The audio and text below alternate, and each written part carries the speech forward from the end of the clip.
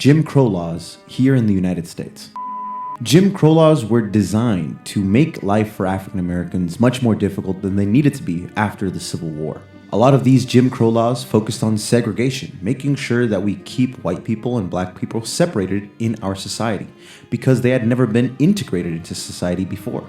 During this time, you'd see a lot more specific black schools and black restaurants, black stores where only African American people were welcome or were allowed to shop, while you're able to see white stores, white public restrooms, white water fountains, specifically only meant for white people in society that black people could not use. Other Jim Crow laws made it difficult for African Americans to vote in our country. African Americans were given citizenship with the 14th Amendment and then allowed to vote with the 15th Amendment. There are three main Jim Crow laws that you should be aware of that did not help African Americans in American society.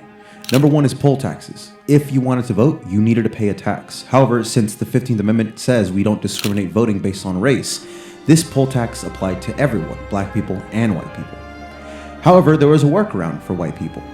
There's another law called the Grandfather Clause, saying that if you could prove that your grandfather could vote in the past, then that means you could vote now and you did not have to pay the poll tax. Last but not least is something called literacy tests, which we've talked about before.